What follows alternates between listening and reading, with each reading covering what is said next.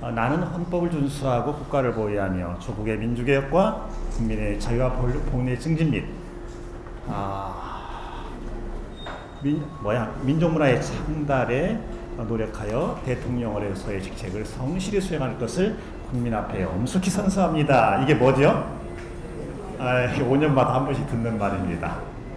아니, 우리나라 겸손하신 대통령님들 5년마다 한 번씩 이거 선서합니다. 언제?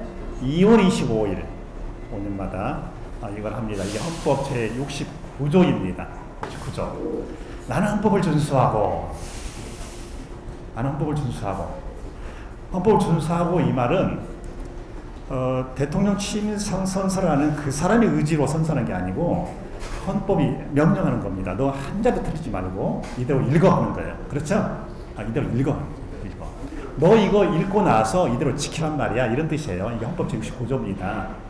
그리고 헌법 제69조는 지금도 88 살아서 계속 요청을 하고 있는 거예요. 지시를 하고 있는 거예요. 너 지금 헌법 준수하고 있어? 준수하고 있어. 이렇게 하는 거예요. 너 준수 안 하면 어떻게 되는지 알지? 알지? 그게 헌법 제65조입니다. 대통령은 직무집행에 있어서 헌법이나 법률을 위반한 때에는 국회는 탄핵의 소추를 의결할 수 있다. 이게 헌법 제65조 제1항이에요. 그리고 국회가 탄핵 소추 의결을 하게 되면 그 다음에 어디로 넘어가느냐, 아주 우리나라의 헌법 최고의 전문가들, 평생 헌법 논문을 한 번도 안 써본 헌법 최고의 전문가들 9명이 그 판단하는 거예요. 저기에 문장 잘 이해하셔야 됩니다. 평생 헌법 논문을 한 번도 안 써본 우리나라 최고의 헌법 전문가들 9명이 모여서 헌법 재판을 한단 말이에요. 그래서 헌법 제111조 제1항 제2호에서 헌법재판소의 관장사항의 하나로 탄핵의 심판 이걸 규정하고 있는 겁니다. 언제 했습니까? 노무현 대통령 때 한번 했습니다. 그렇죠? 지금 더 민주에서 이렇게 진을 치고 있는 상당수의 분들도 그 당시에 노무현 대통령 탄핵에 앞장섰다는 것 잘 알고 계실 겁니다. 헌법은 69조에서 대통령에게 취임선서를 시키고 난 다음에 그 다음에 국회에 명령하는 거예요. 헌법재판소에 명령하고 잘 지켜봐라. 이거 헌법 준수하는지 안 하는지. 준수하지 않으면 너희들이 움직여 이거예요. 국회가 움직이고 그리고 헌법재판소 움직여 이렇게 하는 거예요. 그래서 이 헌법재판에 대해서는 국회에 그 소추권을 주고 있는 것이고 그 다음에 헌법재판소에 심판권을 주고 있는 겁니다. 또 구체로 들어가죠. 나는 헌법을 준수하고 도대체 뭘 어떻게 준수하라는 것이냐 하는 거예요. 그게 헌법 제1조에 드러나는 겁니다.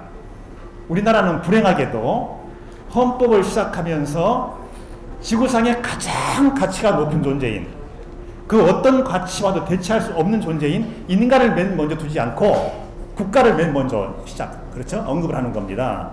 참고로 독일 49년 5월 23일 날 만들어진 독일 헌법은요, 제1조에서 이렇게 말을 하고 있어요. Die Menschenwürde ist unantastbar. 인간의 존엄은 불가침이다. 이를 존중하고 보호하는 것은 모든 국가 권력의 의무다. 이렇게 규정하고 있어요. 이게 독일 헌법 제1조입니다. 독일 헌법은 딱 열면 맨 처음에 인간이 등장하는 겁니다. 대한민국 헌법은 맨 처음 열면 뭐가 등장하냐? 국가가 등장하는 거예요.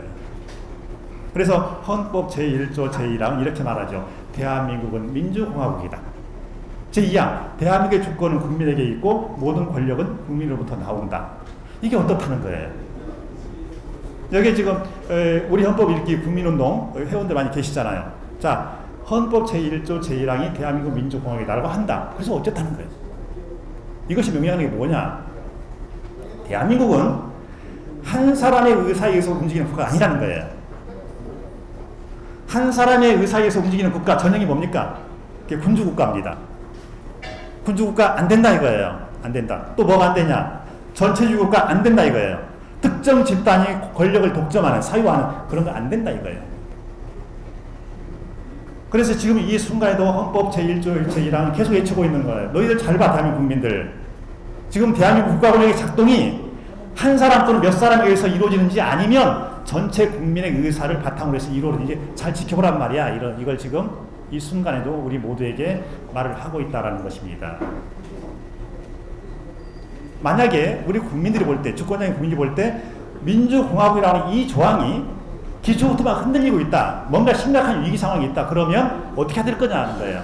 그래서 헌법 제21조 제1항에서 모든 국민은 언론 출판의 자유와 집회 결사의 자유를 가진다. 뭘 말하냐? 외쳐라요, 외쳐라.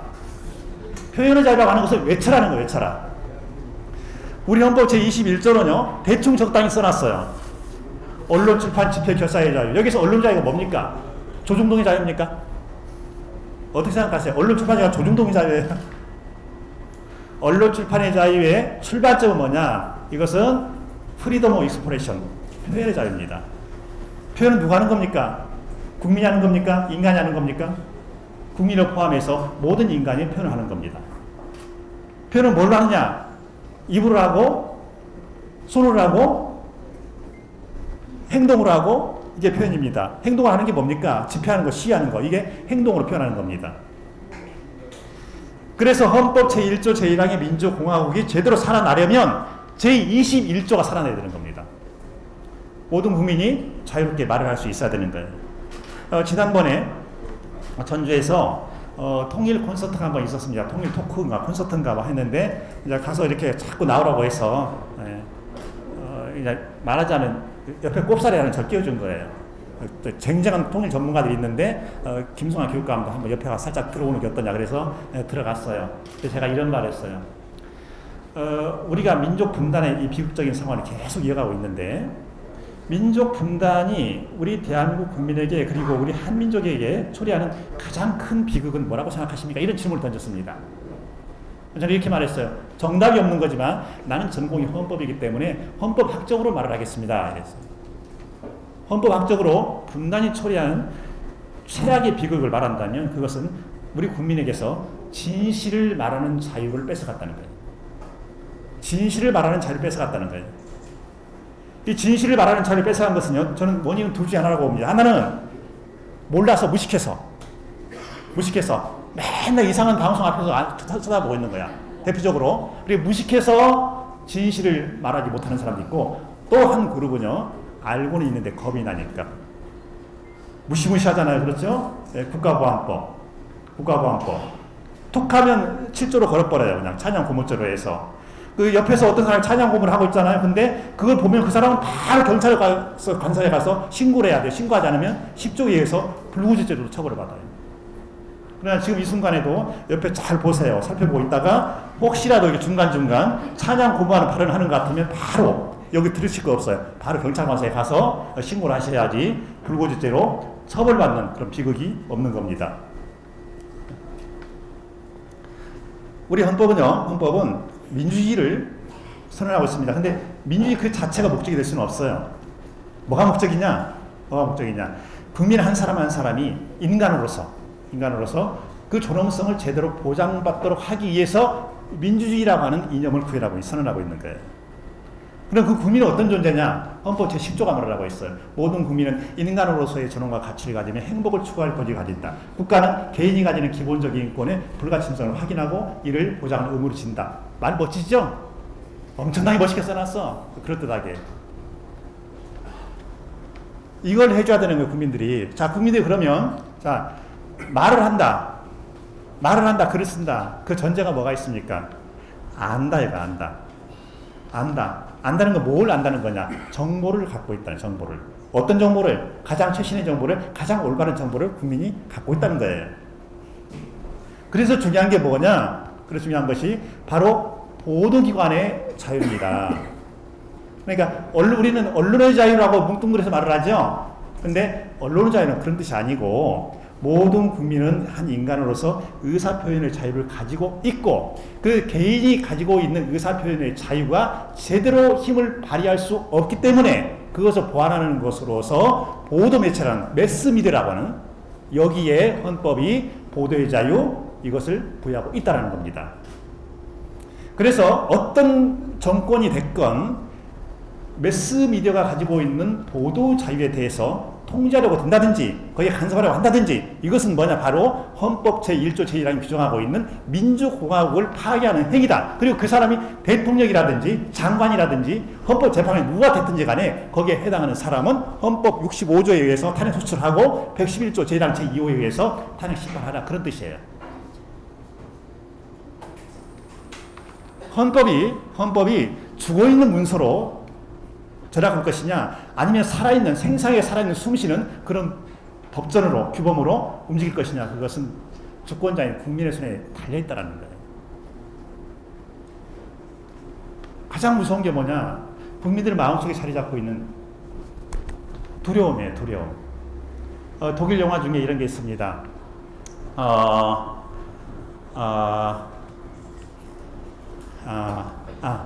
앙스트 에센 젤레 아우프라고. 두려움은 영혼을 먹어치운다라는 그 영화 있습니다. 우리나라의 그 번역을 불안은 영혼을 잠식한다, 이런 제목으로 번역이 됐을 거예요. 근데 정확한 번역은 두려움은 영혼을 먹어치운다, 다 먹어치워버린다는 거예요. 그 두려움. 그래서 나쁜 권력자들이 가장 잘하는 게 뭐냐, 국민들 마음속에 두려움을 심어주는 겁니다. 보지 마라 이거예요. 보지 마라. 듣지 마라. 말하지 마라. 행동하지 말라. 그래서 그런 체제에 사는 국민들은 자기 검열을 굉장히 많이 합니다. 국가가 굳이 검열 단계에 들어가지 않더라도 알아서 검열을 해요. 그래서 친구하고 통화할 때도 적정한 선에서 그 통화 내용을 유지합니다. 그래서 김성환 전북교육감 평소에 통화할 때 누군가가 도청을 할 가능성이 아주 높을까요? 아주 낮을까요? 아주 쉬운 질문이에요. 아주 높을까요? 아주 낮을까요? 높다고 하세요. 아주 높아요. 아주 높아. 그래서 김성환 교육감은 통화를 할 때 두려움을 갖고 있을까요? 갖고 있지 않을까요? 이게요, 누군가 지금 나를 감시하고 있다. 그걸 전제로 해서 내가 할 수 있는 말을, 언론에서 전혀 보도하지도 않는 그 말을, 근데 진실에 가까운 말을 마음껏 쏟아내잖아요. 그 통화할 때 그 행복감이라고 하는 것은 말할 수가 없어요. 그 카타르시스라고 하는 것은요, 내가 존재하고 있구나. 니네들 내 말 잘 들어. 그래, 가서 보고해라. 보고 안 들어 어떻겠냐? 이거 내가 아무리 이렇게 말한들 형법에 저촉되지 않아. 국가법에 해당하지 않아. 한번 보고해보세요. 이거예요. 그러면서 말을 막 쏟아내는 거예요. 지금 이 자리에서 말하지 못하는 거 통하면서 쏟아낸단 말이에요. 두려움, 그것은 의미가 없는 거예요. 두려워할 필요가 없어요. 바로 국민의 가슴 속에 있는 그 두려움이 우리나라의 헌법 가치를 훼손시키는 겁니다. 그 두려움이 대한민국은 민주공화국이 아니라 한 사람 또는 몇 사람에 의해서 좌지우지되도록 하는 거예요. 대한민국 민주공화국이다. 어떤 누구도 권력을 사유하지 말라는 거예요. 너는 그 자리에 있다가 그냥 시간이 되면 나가는 존재야. 권력 사유하지 마. 이것을 헌법이 명령하고 있는 거예요. 이게 제1조 제1항이 규정하고 있는 대한민국은 민주공화국이다 라는 것입니다. 헌법 제21조 제2항 들어가 볼까요? 언론 출판에 대한 허가나 검열과 집회 결사에 대한 허가는 인정되지 아니한다는 거예요. 언론 출판에 대한 허가나 검열과 집회 결사에 대한 허가는 인정되지 않습니다. 맞죠? 자, 언론 출판에 대한 허가나 검열. 최근에 보니까 많이 나오거든요. KBS에서 무슨 보도본부장이 위에서 무슨 받았다 이런 거 있잖아요. 그런 거. 그게 뭐에 해당하는지 혹시 아십니까? 왜 그 전문가들 글을 안 쓰는지 모르겠어요. 그 한마디 딱 써주면 될 텐데. 그건요, 형법상 업무방해죄입니다. 있어요? 형법상 업무방해죄예요. 헌법 위반인과 동시에 업무방해죄예요. 그리고 거기에 그것을 맨 위에서 지시하는 사람이 만약에 헌법 65조 1항이 규정하고 있는 사람 중에 하나다. 그러면 그 사람은 탄핵 대상이고. 이렇게 해줘야 되는 거예요. 지금 대한민국이 권력 질서가 이렇게 망가지고 있음에도 불구하고, 헌법 질서가 이렇게 망가지고 있음에도 불구하고, 그 누구도 어느 집단에서도 탄핵이라는 말이 나오지 않는 건 뭐냐? 몰랐을까요? 아니면 다른 메뉴를 주고 싶지 않아서 그럴까요? 저는 그렇게 생각해요. 굉장히 겁을 먹었다. 굉장히 겁을 먹었다. 이렇게 단단하게 겁을 먹지 않고는 이렇게 헌법 질서가 망가지도록 그 두 글자, 탄핵, 이 말을 아무도 말하지 않을 수는 없는 거다 하는 거예요. 그래서 통치를 확실하게 하고 있구나, 그 생각을 하는 겁니다. 우리 헌법은 국민에게 분명히 지금 그걸 부여하고 있어요. 언론 출판, 집회 결사에 대해서 하고 있어요. 자, 집회 많이 해보셨죠? 집회 많이 해보셨잖아요. 우리 헌법이 말하는 집회의 자유는요, 보장이 원칙이고 제한이 예외입니다. 보장은 뭐냐? 할 수 있다는 거예요. 예외는 뭐냐? 이러이러한 경우에 제한할 수 있다는 것. 그래서 제한은 예외적으로 하는 것이고 원칙적으로 제한하는 것이 아닙니다. 헌법 명시하고 있죠? 집회는 허용되지 않는다. 그런데 실제로 집회를 해보면 어떻습니까? 경찰 관서에서 이건 허용하지 못해 이러죠? 그게 뭐죠? 다 그게 헌법 위반이에요. 다 그게 헌법 위반이에요. 근데 왜 정치 집단은 말을 안 하죠? 경찰청장은 너 지금 헌법 위반하고 있어 하지만 경고에 이런 말을 해야 마땅하단 말이에요. 근데 그걸 안 하고 있는 거예요. 그러니까 국민들이 다 그렇게 하는 것 같다 생각한단 말이에요.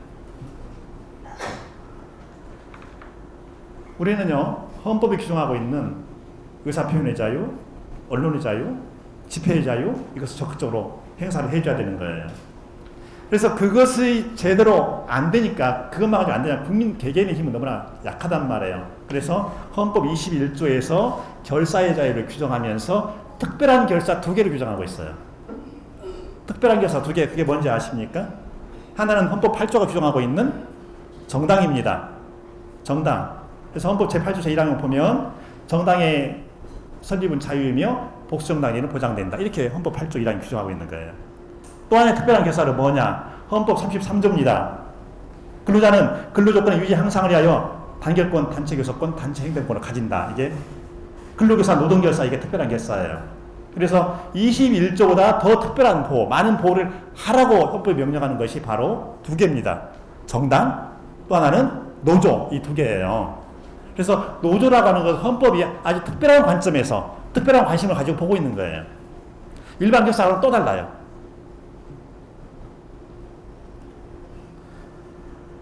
우리 헌법이 말하는 이러한 것들 우리가 하나하나 체계적으로 읽어낼 필요가 있다는 거예요.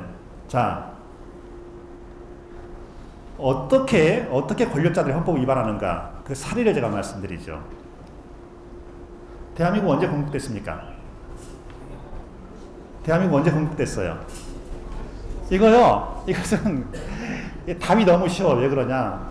헌법이 바로 답을 주고 있으니까. 헌법 전문 뭐라고 시작하죠? 유구한 역사와 전통에 민다는 우리 대한국민은 3.1운동으로 건립된 상해 임시정부의 법통과 그리고 4.19 민주이념을 개성하고 이렇게 되어 있죠? 언제 건국했다고요? 예, 상해 임시정부 1919년입니다. 몇 월 며칠? 4월 13일, 4.13입니다. 4.13 되어 있어요. 이게 건국이에요. 이것과 다른 말을 하면 그 자체가 헌법 위반입니다. 그렇죠? 그 자체가 헌법 위반이에요. 아니, 대통령이 그런 말 하지 않죠. 대통령은 절대 그런 말 안 할 거예요. 너무 훌륭하셔가지고 말 할 거예요. 1919년 4월 13일이란 말이에요. 근데 1919년 4월 13일이 대한민국의 건국 기념일이라고 하는 것을 너무나 많은 문서들이 밝히고 있어요. 가장 대표적으로 독재자 한 사람이었던 이승만, 그 정권 때 49년 4월 13일 그날 관보가 하나 나옵니다. 관보. 그게 관보 30호예요. 30호. 근데 거기에 뭐라고 돼 있냐? 거기에 건국 30년이라고 돼 있습니다. 이승만 같은 대표적인 친일 반민족행위자 대통령이 했던 그 시기에 49년 4월 13일에 관보에 그렇게 적은 겁니다. 건국 30년. 이승만이 헌법 위반했습니까? 그래서 여기에 대해서는 그 헌법적으로 논쟁의 대상이 되는 것이 있고 논쟁의 대상이 되지 않는 것이 있어요. 논쟁의 대상이 되지 않는 건 뭐냐? 역사적 사실이에요. 자연과학상의 진리예요. 이건 논쟁의 대상도 아니고 다수결의 대상도 아니에요. 우리나라가 언제 건국됐다고 할 것인가? 국회가 다수결을 결정할 수 있습니까? 못해. 왜 못하냐? 역사적 사실이기 때문에 그래요. 역사학자들 계시죠? 역사적 사실은 다수결의 대상이 아니에요. 그래서 대한민국은 1919년 4월 13일 날 건국을 한 겁니다. 그 역사가 지금까지 이어져 오는 거예요. 지금 2016년이니까 지금 건국 97년이죠. 이것을 부정하면 안 된다는 거예요. 근데 이런 말을 1919년 4월 13일이 건국이 아니라 48년 8월 15일이 건국이라고 하게 되면 국민들 입에서 뭐가 나와야 됩니까? 이건 헌법 위반이다. 언론이 무슨 말을 해야 돼요? 이것은 헌법 전문을 근데 정면을 부정하는 것이다. 이런 말들이 나와야 맞죠? 네. 이것은 언론에서도 진보 보수의 문제가 아니에요. 역사적 사실에서도 진보 보수가 있습니까? 역사적 사실을 어떻게 평가하느냐 여기에 대해서는 진보 보수가 갈릴 수가 있습니다. 그러나 사실 자체는 이것은 진보 보수의 논쟁의 대상이 아니라는 거예요. 대한민국이라는 공동체가 얼마나 천박하냐. 정작 논쟁의 대상으로 삼아야 할 것은 대상으로 삼지 못하고 논쟁의 대상이 될 수 없는 것은 또 논쟁을 하고 있다.